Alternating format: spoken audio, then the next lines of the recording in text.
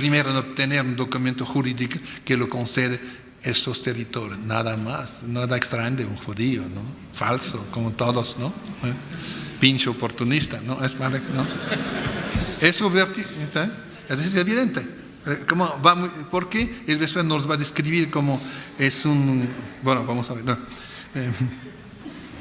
Es sorprendente advertir que Cristóbal Colón sabe desde el inicio hacia dónde va. Busca la isla de Haití y la encuentra.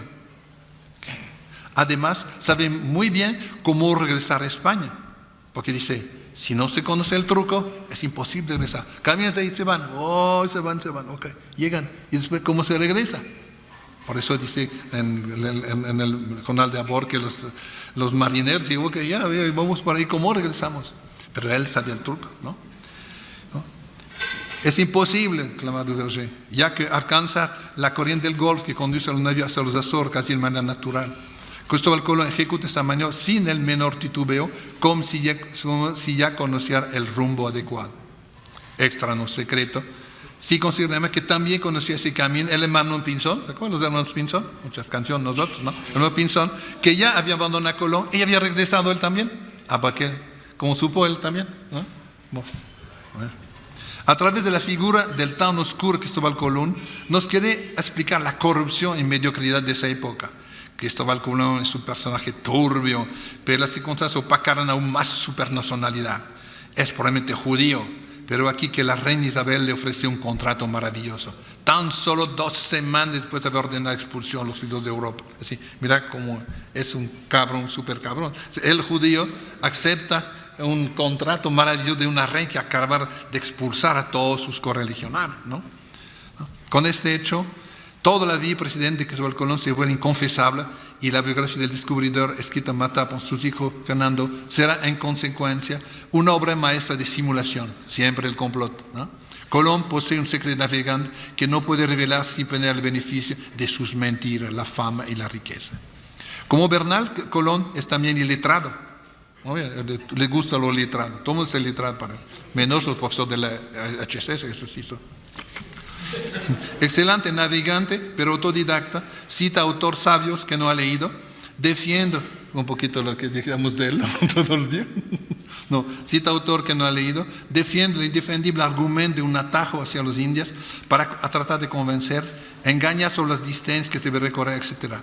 En la discusión con los expertos, dice como detrás de la cortina de humo del viaje hacia las Indias, que parece muy atractiva en esa época, Cristóbal Colón intenta la plena propiedad las tierras cuya existencia y localización exacta conoce. Judíos y tramposos, esto no nos huele muy bien, aunque reconocemos que es un clásico, ¿no? En cierta medida, Duverger ha empezado a prepararnos el futuro fracaso del proyecto de su héroe Cortés. En la primera entrevista de Colón con los reyes, la historia de América entra en la esfera de lo irracional. Lo que dice, con la primera entrevista de Colón con los reyes, la historia de América entra en la esfera de lo irracional. Ese oscuro Colón, con su perfil aventurero atractivo, con su certeza interior, con su inverosímil castellano esculpida, con su acento portugués mezclado con dialectos genoveses, un meteco perfecto, ¿no? Con su falsa cultura docta, ese enigmático Colón, surgido de la sombra, seduce a la reina. Ella está fascinada, ¿no? Colón lo siente, es el principio de una corazonada, historia de amor quizá, ¿no? O simplemente historia de dinero, complicidad ante una reina arruinada y un aventurero prometedor. Lo cierto es que la reina Isabel lo pensó el año siguiente y lo llama para, a partir de 89, esté a su lado en la corte. Colón ocupará así una posición que no le corresponde, el de testigo cotidiano de la cruzada contra Granada. ¿Por qué?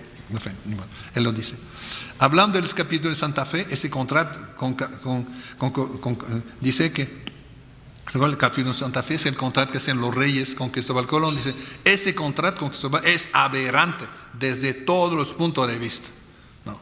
Irracional, irrealista. Es lo que decidirá la futura gestión de los territorios americanos. Dando las tierras en propiedad privada, la corona crea un precedente. Y explica después, la corona jamás recuperará la propiedad territorial de las tierras americanas, que será anárquicamente privatizada a medida que se van descubriendo al azar de los desembarques de los conquistadores y de las luchas de influencias locales. Otra cita, la libertad que sentirá Cortés al tomar el control del territorio, México viene de ahí, del ejemplo real. Él puede tomar lo que quiere porque le dio a Cortés lo que quiso, ¿no? Pero no viene una duda, ¿es un bien o un mal por el desarrollo del plan de Cortés? No lo sabremos, ¿no? El papado, que interviene igualmente en el destino de las Indias, no es mucho mejor tratado. Cuando llega Colón, Alejandro Borja, de origen español, se acuerdan de esa familia de origen de Valencia, en España, aquí en la historia, dice él, recuerda sobre todo el nepotismo, la vida de desenfreno y los excesos de sus numerosos hijos, entre los cuales están los famosos César y Lucrecia. Acabar de ser nombrado papa y considerar americano la Iglesia Católica. Otra vez recupera, conseguir que todos los que participan en esa construcción americana son despreciables, etc. Ve mucho la tele, ¿se acuerda? El siglo de los Borgia, hay muchas películas sobre eso, ¿no? Sobre la adolescencia de Cortés, vista por Duverger, no nos detendré mucho. A los 14 años, Cortés es enviado a la Universidad de Salamanca para realizar sus estudios, como un buen niño de familia tan importante, tiene que ir a la universidad, ¿no? Ese periodo de la biografía cortesiana ha hecho correr mucha tinta. Un especialista español, he leído por allá, que ha gastado años para encontrar en los archivos, se ha peinado todos los archivos de la universidad, se han encontrado la menor huella de su paso, ni nada, ni una inscripción, ni una cosa, ni una clase, nada. Bueno, pero no molesta a nuestro biógrafo, quien después de muchos lugares comunes considera que fue todo un éxito su paso en este prestigioso establecimiento, ¿no? Pasó como si había pasado a los HCC, ¿no? Seguramente, ¿no? Aunque el joven no se quedará, para gran decepción de sus padres. Oh, hijito, ¿por qué no te quedas? ¿No? Si algunos autores dudan de la capacidad de Cortés de dominar perfectamente el latín, Duverger utilizó el testimonio de Bernal en el que escribió, pero sí Duverger Cortés, que vale este testimonio, no, era latino, y cuando hablaba con letrados o hombre latino respondía a lo que decía en latín. Era algo poeta, hacía coplas en metro y en prosa, en lo que platicaba lo decía muy apacible y con muy buena retórica. No dudo que sea un tipo que tiene labia, no puede hacer con su obra galvanizar como todo ese trabajo sin tener una facunda bastante extraordinaria. Eso sí, capaz de labia hay que tomar en cuenta, pero que lo hacía en latín, quién sabe, ¿no? Si Cortés no duda en usar citas latinas, este dominio del latín signo de la pertenencia al mundo del clero, de los judíos y de los sabios, no es sorprendente, ¿no? Pues que todas las enseñanzas se impartían en latín, solamente no vimos que jamás fue ninguna, ¿no? Incluso afirma Duverger, apoyando a Bernal, que hablaba latín antes de entrar a la universidad, fruto del trabajo de algún preceptor. Puede ser, ¿no? Pues, así Duverger está convencida, después de las casas o desde el castillo, de que fue bachiller en leyes, aunque la mayoría de los autores contemporáneos demuestran que no. Pero lo importante para Duverger es que Cortés muestra que sacó bastante provecho de sus estudios de derecho, todo lo resumido, cuando va a crear el Cabildo de Veracruz, cuando etcétera, va a decir, mira cómo es un buen, qué provechoso fue su paso por la universidad, ¿no? Por suerte para Castilla y el mundo, los ojos de la reina en fin se han abierto. Colón aparece bajo su verdadero rostro como un aventuroso y escrúpulos, obsesionado por el poder, devorado por el espíritu de lucro. Ese es un trabajo de historiador, ¿no? En fin, okay. Nuestro Hernán por fin entra en razón, después de su propio descubrimiento del mundo, titubeando entre el trabajo y los amores. Qué bonitas frases, ¿no? Es lo que dice la gente que le gusta, que le escribe bien. Hernán regresa a su proyecto inicial, las Indias, a final de 1503, acuerda con sus padres el pago del pasaje, y Cortés llega a América y puede gritar desde lejos al barco, ¡ya llegué! ¿No? Ya llegó, ¿no? Esta llegada también fue muy épica, lo que parece normal en un destino como el de Cortés. No solamente pelean capitanes y pilotos, sino que se hacen competencia entre los diferentes navios para llegar primero y vender con seguridad sus mercancías más caras. llegando a sabotear el mástil del barco en la Costa Cortés. Es decir, todo esto es como épico, ¿no? El viaje tiene que ser épico, porque todo está en juego, la suerte del mundo, no puede ser fácil, ¿no? Tiene que ser un viaje súper épico, ¿no? No puede faltar en ese viaje sonar una tormenta, falta de vivir, pánico de la tripulación, que tienen miedo de ser comida, y se muere de hambre y de ser comida por los antropófagos, ¿no? El choque, según Duverger, es muy rudo para el delicado y culto joven Hernán. Sumergida en la atmósfera de las islas, Cortés conoce de entrada los ingredientes de la vida de las Indias: ausencia de regla, exasperación de los apetitos, descomposición de la vida social por la envidia, la maledicencia, la corrupción, la traición, el cambio de alianza, la búsqueda del poder y, por supuesto, la fiebre del oro. Él ve todas cosas asquerosas, pero está allá encima, ¿no? Desde que llega, ¿no? Finalmente, la tierra en la que desembarca Cortés está muy lejos de ser ese paraíso terrenal que creía haber descubierto Colón.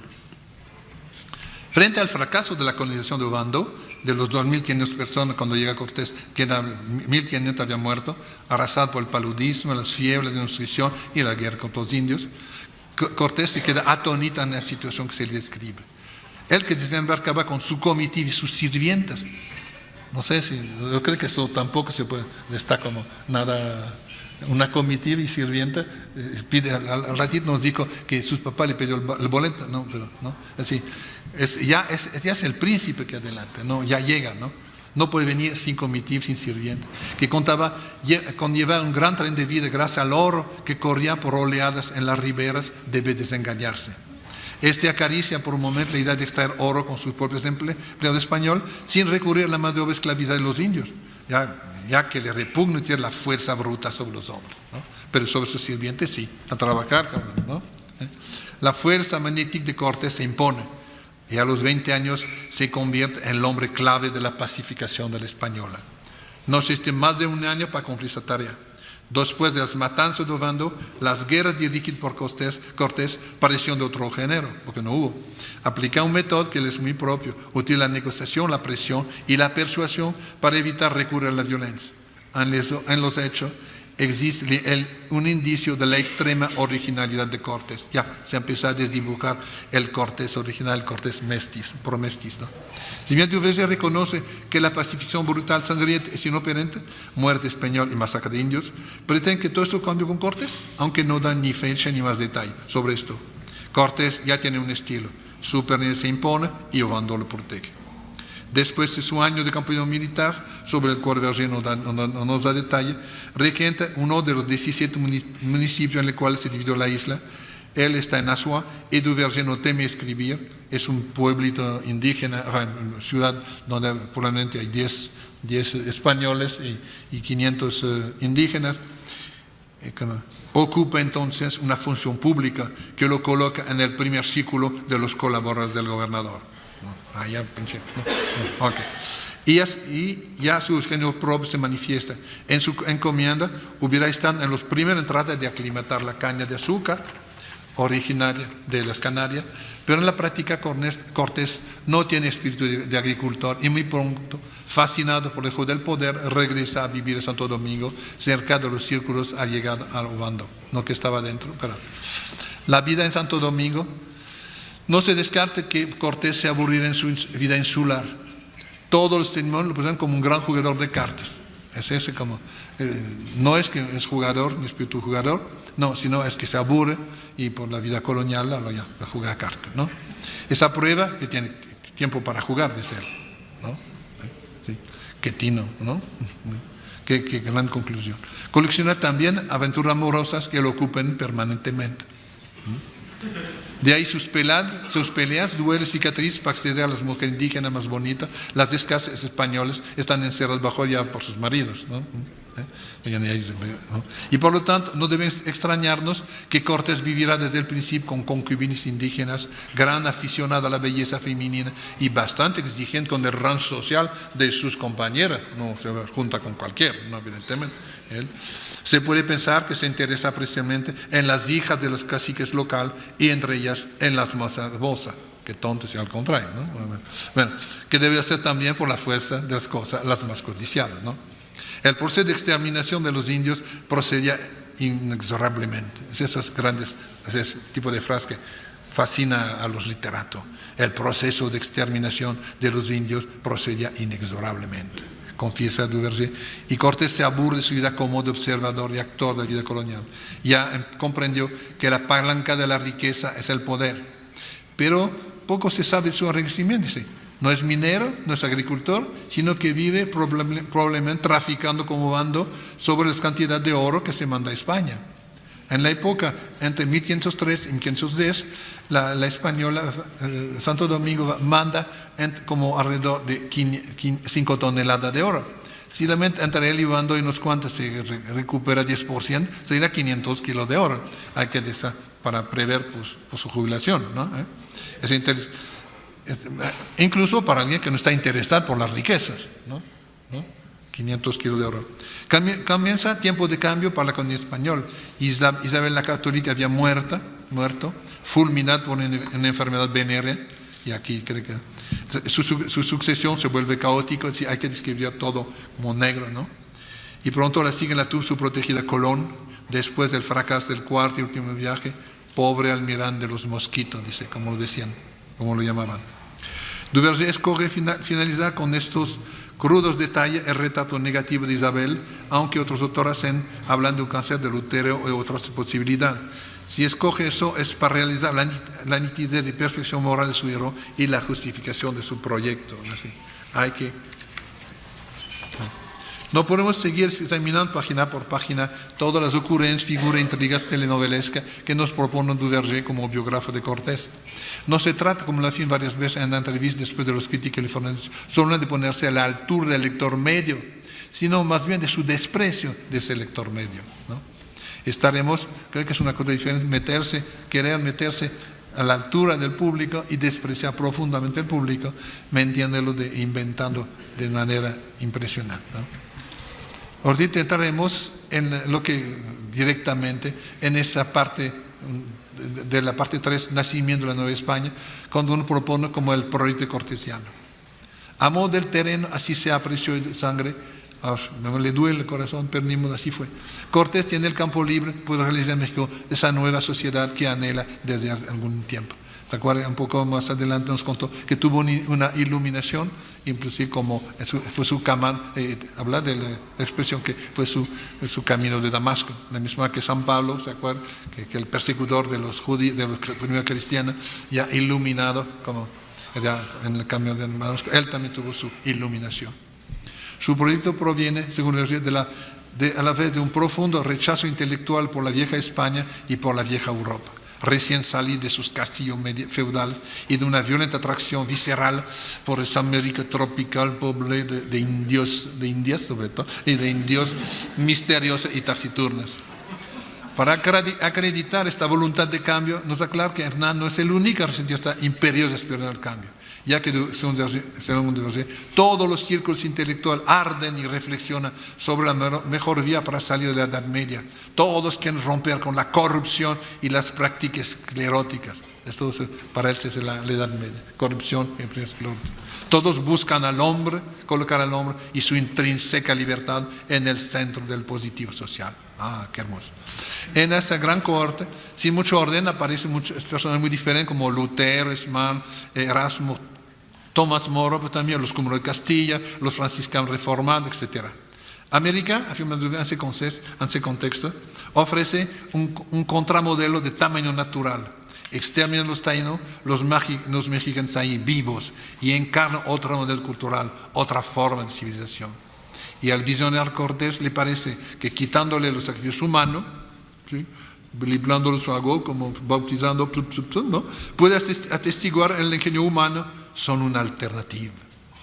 E incluso que por la fuerza del ejemplo, esos pueblos serán capaces de volver a dar un impulso civilizador a los otros pueblos de la tierra. Así, si habíamos dejado a Cortés con los indios, había renovado toda la civilización, el mundo de hoy sería otro, ¿no? Y el pobre Duverger no tiene trabajo, pero ni modo. Y sigue una cita de Sahagún que viene poco al caso, pero no cito. Según él, Cortés concibe así una verdadera teoría del mestizaje extremadamente original, aunque reconoce que es fácil de caricaturizar, o sea, exactamente, como yo, los burlones aquí ignorantes, ¿no? Pero los autores que vieron la empresa corteniana solo en violencia y codicia han pasado al margen de una realidad más sutil, y esa margen más sutil que nos va a explicar. La idea original, capitán, nos aclara, fue la de realizar un ejército español en las estructuras del Imperio Azteca. Esa todo el mundo la recupera, es muy bonita, a fin de generar una ciudad mestiza. Cortés no trata de ningún caso de trasplantar el altiplano mexicano al altiplano mexicano, una microciudad genial, no, copia y marchil, no, este se había hecho en la España en Cuba. No, a mexicanos serán los españoles los que deberán fundirse en el molde autóctono. Y Duverger indica alguna de la decisión tomada para llevar a cabo su proyecto. Muy pronto, por ejemplo, se empeña en considerar náhuatl, la lengua de comunicación en Mesoamérica, como la lengua oficial de España. No sé qué quiere decir esto, no sé, habrá que ver con los lingüistas cómo puede ser la lengua oficial de Nueva España. Es la lengua franca que se utiliza, sí, lo estaba antes que Cortés, ¿no? Y seguirá un poco después de Cortés. Además, decide que en la escuela, en la SEP local, dijo, no, ya, no se da clase solamente en lengua vernacular, así en náhuatl, o en latín. ¿Cuáles son las relaciones de los dos? No le importa. No habrá hispanización en México. Cortés está bajo influencia, gozando de los sabios consejos y la lección particular de Marina. Cortés parece dominar el náhuatl desde 1524, aunque en su presentación oficial conserva su intérprete indígena para respetar la tradición autóctona, ¿no? Marina también lo ilustra en las complejas sutilezas del código historiográfico. E incluso va mucho más lejos al afirmar que tenemos la prueba de que Cortés conoció el funcionamiento de este sistema de escritura pictográfica que lo puso en práctica en un marco realmente mestizo. Es lo que